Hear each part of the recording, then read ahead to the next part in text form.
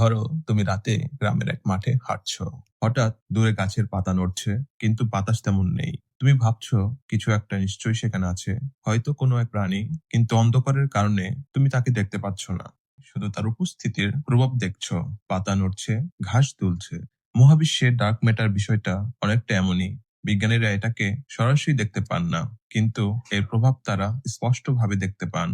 আবার ধরা যাক একটি বড় শহরের রাস্তা। রাতে তুমি আকাশ থেকে শহরের দিকে তাকালে অনেক গাড়ির আলো দেখতে পাবে।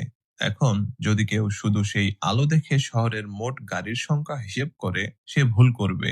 কারণ অনেক গাড়ির লাইট বন্ধও থাকতে পারে, অনেক গাড়ি পার্কিং এ আছে যেগুলো দেখা যাচ্ছে না। মহাবিশ্বেও এমনই হয়েছে। বিজ্ঞানীরা অনেক গ্যালাক্সির ভর হিসাব করেছিলেন। তখন তারা দেখলেন দৃশ্যমান তারা, গ্যাস ও ধুলো মিলিয়ে যত ভর হওয়ার কথা, বাস্তবে কিন্তু তার চেয়েও অনেক বেশি ভর আছে। অর্থাৎ এমন কিছু একটা আছে, কিন্তু সেটা দেখা যায় না। আর সেই না দেখা অদৃশ্য ভরকেই বলা হয় ডার্ক ম্যাটার। আসসালামু আলাইকুম, আমি সাকিব আছি আপনাদের সাথে। আপনারা দেখছেন গবেষণাগার। আজ আমরা জানবো ডার্ক ম্যাটার বাস্তবিক অর্থে আসলে কি, এবং গ্র্যাভিটেশনাল লেন্সিং ডার্ক ম্যাটারের কতটা গুরুত্বপূর্ণ ভূমিকা রাখছে। চলুন শুরু করা যাক।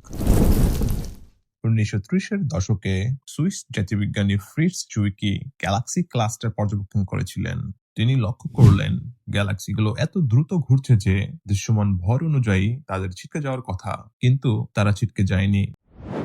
এখান থেকেই ধারণা আসে এখানে নিশ্চয়ই অদৃশ্য ভর আছে, যা গ্যালাক্সিগুলোকে একসাথে ধরে রেখেছে। আর তিনি সেই অদৃশ্য ভরের নাম দেন ডার্ক ম্যাটার।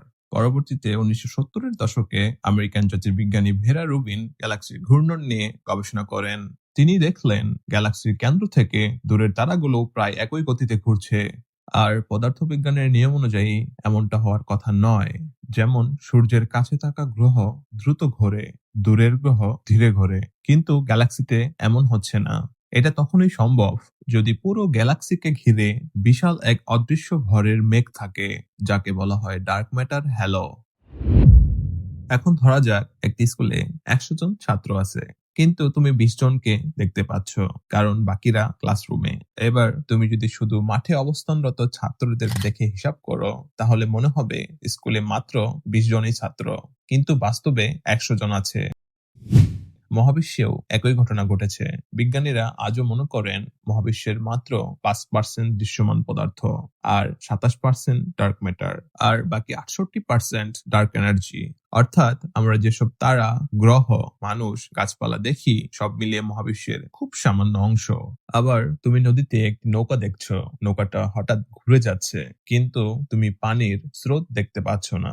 আর তবু কিন্তু আমরা আক্ষরিক অক্ষে ধরে নেই সেখানে স্রোত বিদ্যমান আছে। ডার্ক ম্যাটারও ঠিক একইভাবে কাজ করে। আমরা তাকে দেখতে পাই না, কিন্তু তার মহাকর্ষীয় প্রভাব বা গ্র্যাভিটি আমরা দেখতে পাই। গ্যালাক্সির গতি, গ্যালাক্সি ক্লাস্টারের আচরণ, আলোর বেঁকে যাওয়া বা গ্র্যাভিটেশনাল লেন্সিং, এসব থেকে বোঝা যায় অদৃশ্য কিছু আছে। অপরদিকে আরেকটি গুরুত্বপূর্ণ প্রমাণ এসেছে গ্র্যাভিটেশনাল লেন্সিং থেকে। আর এই ধারণা প্রথম ব্যাখ্যা করেছিলেন আলবার্ট আইনস্টাইন তার জেনারেল রিলেটিভিটি তত্ত্বে। যখন বিশাল ভর কোনো গ্যালাক্সি বা ক্লাস্টারের মধ্যে থাকে, তখন তার মাধ্যাকর্ষণ আলোকে বেঁকিয়ে দেয়। বিজ্ঞানীরা যখন সেই বেঁকে যাওয়া আলো বিশ্লেষণ করেন, তখন দেখেন যত ভর দেখা যাচ্ছে তার চেয়ে অনেক বেশি ভর সেখানে থাকতে হবে। এই অদৃশ্য ভরই ডার্ক ম্যাটার। এই ডার্ক ম্যাটার সম্পর্কে এখনো পুরোপুরি তথ্য জানা যায়নি, কিন্তু বিজ্ঞানীরা কয়েকটি সম্ভাব্য কণার কথা বলেন। WIMPs অথবা উইকলি ইন্টারেক্টিং ম্যাসিভ পার্টিকেলস এবং এক্সিয়ন্স, এগুলো এমন কণা হতে পারে যা আলো শোষণ বা বিকিরণ করে না, তাই আমরা সরাসরি দেখতে পাই না। ডার্ক ম্যাটার ছাড়া মহাবিশ্বের গঠন ব্যাখ্যা করা কঠিন।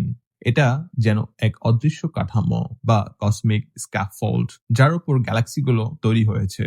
ভাবো, একটি শহর বানানোর আগে লোহার কাঠামো তৈরি করা হয়, সেই কাঠামোর উপরেই ভবন দাঁড়ায়। ডার্ক ম্যাটারেও ঠিক তেমন ভাবে মহাবিশ্বের গ্যালাক্সিগুলোর ভিত্তি তৈরি করেছে বলে বিজ্ঞানীরা মনে করেন।